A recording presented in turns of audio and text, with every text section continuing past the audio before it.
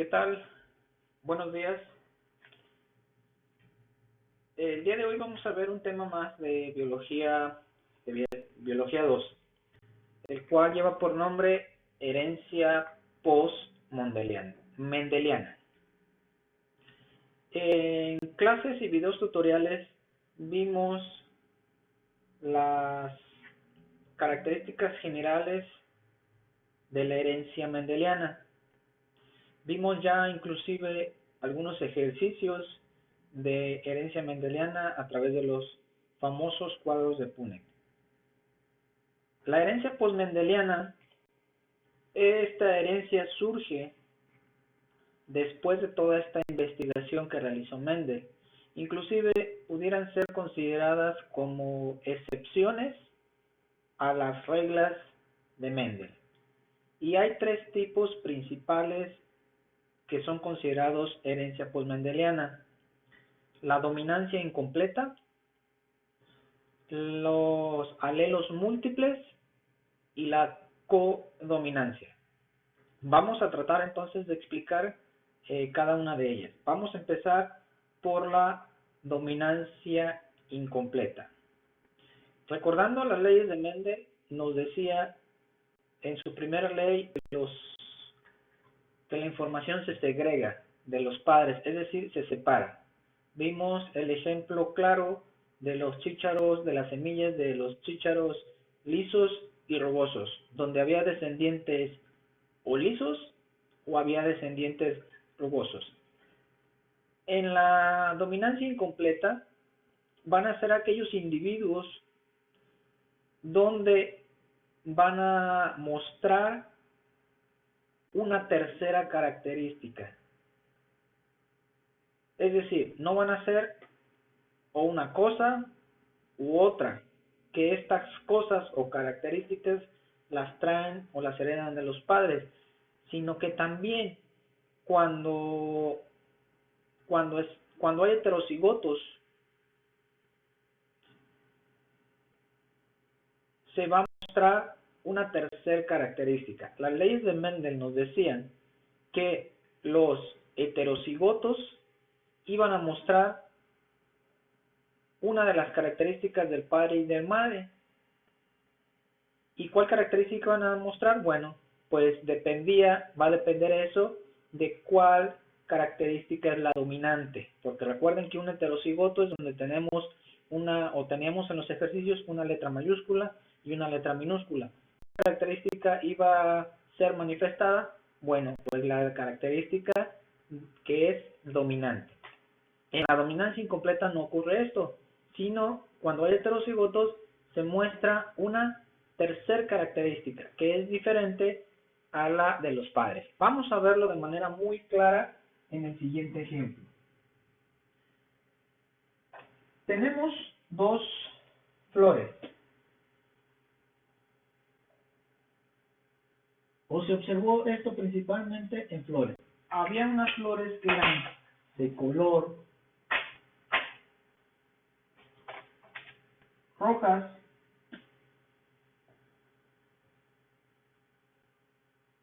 unas eran rojas y las otras eran blancas, donde recuerden que esto es el fenotipo, donde su genotipo para la roja lo vamos a manejar como R mayúscula. Por lo tanto, para las blancas pudiéramos decir que iba a ser R minúscula, ¿verdad? Esto aplicando las leyes de Mendel. Pero aquí, generalmente, como esto no sigue las leyes de Mendel, le vamos a poner aquí blancas. ¿Por qué es mayúsculo también vamos a decir aquí? Bueno, porque esto ya se sabe y ya está comprobado que los dos son genes dominantes. Y de esto vamos a encontrar muchos ejemplos en la literatura. ¿Qué sucede entonces cuando nosotros hacemos el cruce de estas dos flores? Estamos hablando aquí de flores o de rosas. Entonces vamos a hacer nuestro famoso cuadro de Punnett, donde aquí vamos a mostrar la segregación para el primer genotipo y aquí la segregación para el segundo. Recordemos que estos son rojos y estos son blancos. Entonces, cuando hacemos este cruce, vamos a tener RB, RB, RB y RB. Todas entonces son RB, pero aquí es la peculiaridad o lo interesante en su fenotipo, es el genotipo, recordemos. ¿Qué fue lo que se observó con esto? Una persona después que Mendel publica todo esto, o que Mendel descubre todo esto, alguien siguió trabajando y con estos organismos, con estas flores, las mezcló, pero se da cuenta que hay un tercer fenotipo, donde este fenotipo para RB, aquí vemos un 100% de RB, ¿verdad? De RB, y estas flores eran de color rosa. Y es aquí de lo que hablamos de un tercer fenotipo. Mezclamos rojas con blancas, rojas con blancas, y toda la descendencia, de acuerdo a la primera ley de Mendel, esperaríamos que fueran de acuerdo al carácter dominante, ya fuera roja o blanca, es decir, la descendencia tendría que ser forzosamente o rojo o blanco. Eso iba a depender del gen dominante. Pero lo interesante es que quien hizo este ejercicio, bueno, se dio cuenta que al mezclarla obtuvo flores de color rosa. Nunca obtuvo blanca ni roja. Entonces se mostró un tercer fenotipo. Es decir, a esto se le llamó dominancia incompleta. Si nosotros mezclamos los colores en pinturitas, podemos hacer incluso el ejercicio en pinturas. Compramos un botecito de pintura roja, un botecito de pintura blanca, mezclamos dos gotitas y eso va a cambiar de color. Ni va a ser rojo, ni va a ser blanco, va a ser un color intermedio. Es lo que está pasando aquí. Ni es rojo, ni es blanco. Se mezcla y se expresan los dos. Tratan de expresarse los dos, pero como los dos son dominantes, no queda ni totalmente rojo ni totalmente blanco, queda una mezcla intermedia. Y de ahí es donde surge el color rosa. Por eso es que a esto se le llamó dominancia incompleta. Ni es rojo ni es blanco. Es un color intermedio. Es un color incompleto. Repito, ni es rojo ni es blanco. Es un color incompleto. Es un color entonces intermedio. Y para este caso particular, en el que lo estamos explicando, bueno, salió el color rosa. En esto consiste la dominancia incompleta.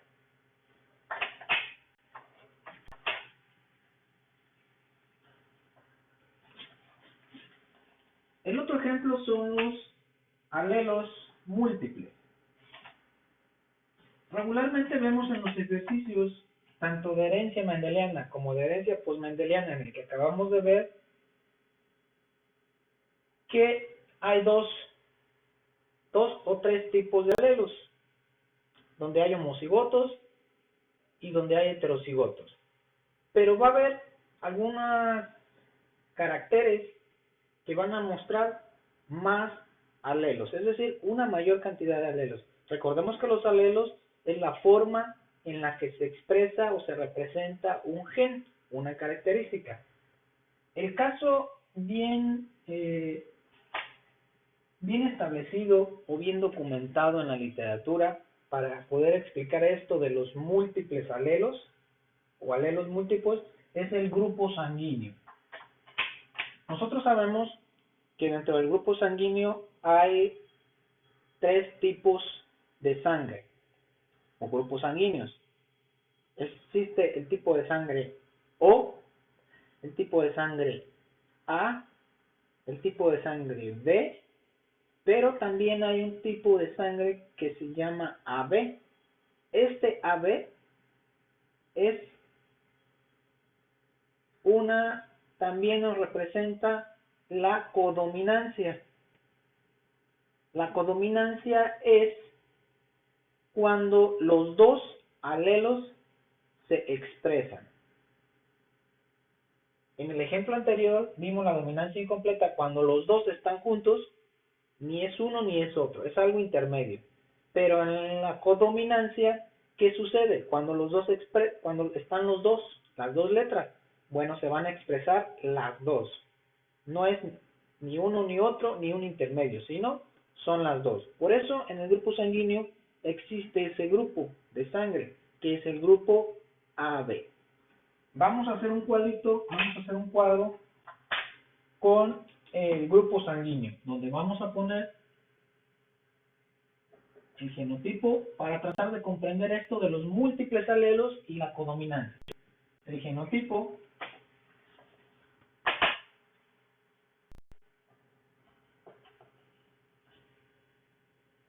y el fenotipo o tipo de sangre. Dentro del genotipo, vamos a poner primero el tipo de sangre. Dijimos que hay varios tipos de sangre, que es lo que me representa mi fenotipo. Existe el tipo de sangre A, existe el tipo de sangre B, existe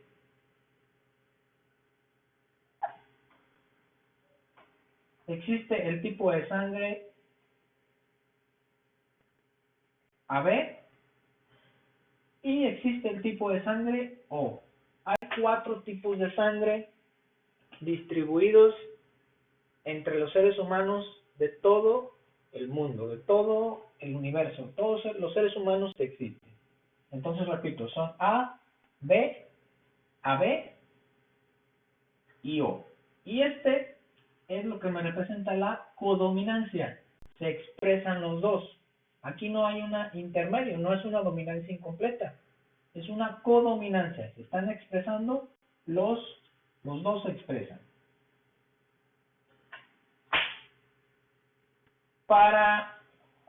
¿Cuáles son los alelos que me representan estos tipos de sangre? Bueno, son los siguientes. Para el tipo de sangre A, vamos a tener dos alelos para el tipo de sangre. Uno, que es AA. Recuerden que esta información, una viene de parte de mamá y otra de parte de papá, por eso debemos de tener dos letras. Pero también hay otro alelo que me da como resultado un tipo de sangre A, cuando tenemos A por un lado y O por otro lado. Esto me da el tipo de sangre A.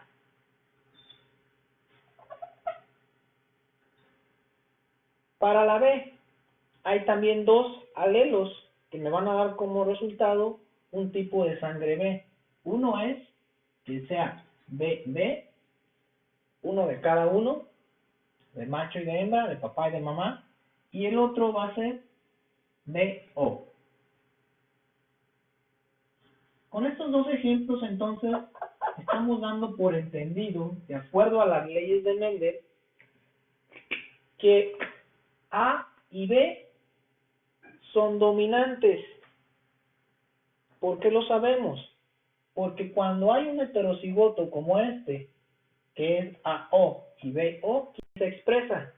¿Qué fenotipo estamos viendo? Estamos viendo el fenotipo de la letra correspondiente. En este caso, AO se muestra A. Por lo tanto, entonces podemos dar por entendido que la O es el carácter o el gen que es recesivo, el que no se expresa para este heterocigoto. Y para este heterocigoto es de igual forma. La O no se expresa, pero si está acompañada de la B sí se expresa. Y si la B se expresa, entonces debemos de entender que la B y la A son los dominantes, dominan sobre la O. ¿Cuál va a ser la posibilidad para que sea AB? Dijimos entonces que A y B son dominantes. Y aquí solo hay una posibilidad, que sea AB. Y como tenemos los dos, y ya dijimos anteriormente que las dos son dominantes, esto es una codominancia. Se expresan las dos. Ni es uno ni es otro, pero son las dos. Y tampoco es dominancia incompleta, ya dijimos. Esto es una codominancia. ¿Y cómo va a ser el alelo para que sean de tipo sangre O?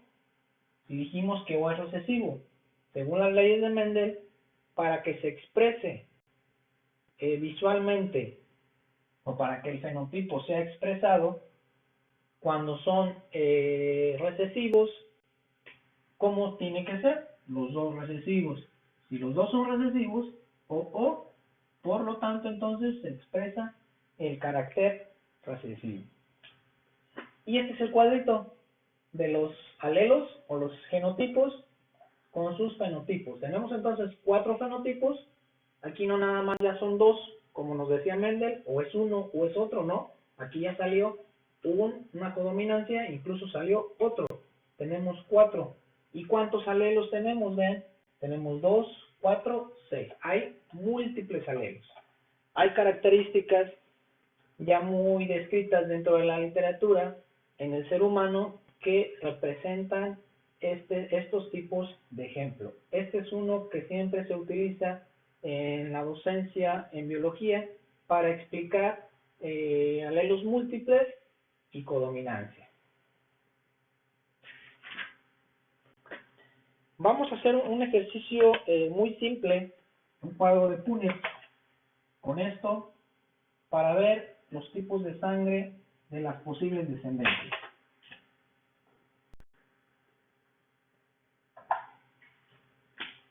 Si supongamos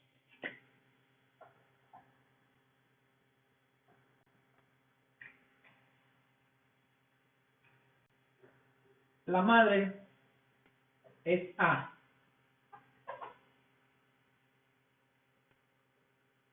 y el padre es B, los hijos, y particularmente con este genotipo, ¿cómo va a ser la descendencia? Los hijos, ¿qué tipo de sangre van a tener? Pues hay que hacer el ejercicio, ¿verdad? Entonces sería AB, AB, AB y AB. El 100% de la descendencia, todos los hijos van a ser de tipo de sangre O. Si hubiera un hijo de esta pareja que es de sangre A, o inclusive de sangre O, ¿esto puede ser posible? Es una pregunta. No, ¿verdad? Eso quiere decir, bueno, que hay algo extraño en esta relación. ¿Por qué? Porque si se sabe que los padres son este genotipo, no es probable, hay cero probabilidad que tengan hijos de tipo de sangre O. Otro ejercicio. Y así podemos hacer mil cantidad de ejercicios. Si mamá es este tipo de sangre y papá es este tipo de sangre, AB es lo mismo. Nada más que ahora con otros fenotipos. Esto es similar, ¿no? Eso es A, mamá es A y papá es B. ¿Cuál va a ser la característica de los hijos? Pues hay que hacer el ejercicio. AB, AO, DO y OO.